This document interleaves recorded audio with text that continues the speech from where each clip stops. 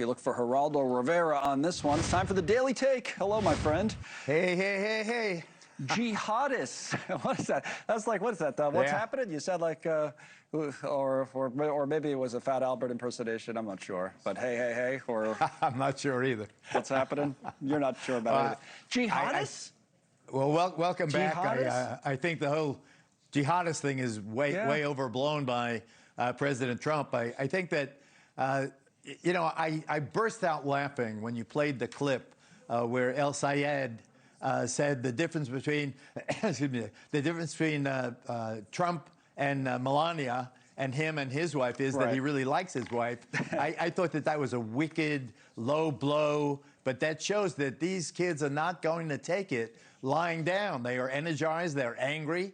It's everybody under 30 gets it. They get where they're coming from. Remember the No Kings? Millions of people turning out. I think that there's a real danger from old-time political pundits lowballing what's going on. I think there's really something going on in the country that maybe the James Carvilles of the world are missing. I saw Carville, doing an interview about that. But at the same time, there's probably a danger or a risk on the left of going too far. And whether it's El-Sayed or Hong in Wisconsin, whether these candidates can win in the general. And that's still, we just don't know the answer to that either.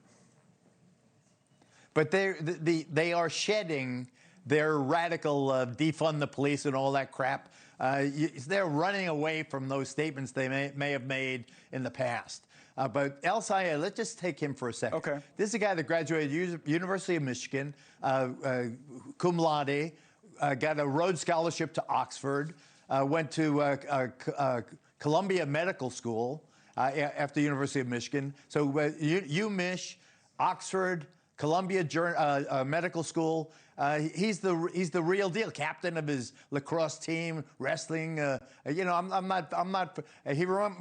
My enthusiasm now reminds young Geraldo, old Geraldo of young Geraldo, 1972, George McGovern against Richard Nixon. I was all for McGovern. In fact, I got suspended from ABC News for campaigning for George McGovern, the South Dakota senator who ran against Richard Nixon in the second term. Nixon killed him. Well, that was the point. I was about to say. McGovern that was the general election. It was a disaster. That's the thing.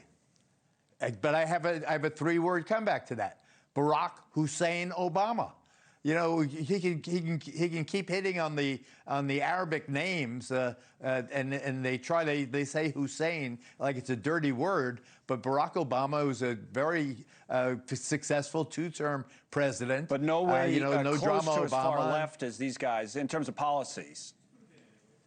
But these guys won't be as close to with their current positions either. I think Mondami, the mayor of New York, who got 1 million+ votes, is an example of that. They're not going to all of a sudden become commies. Their statements as kids were ridiculous, but that's not what they really are as grown-ups.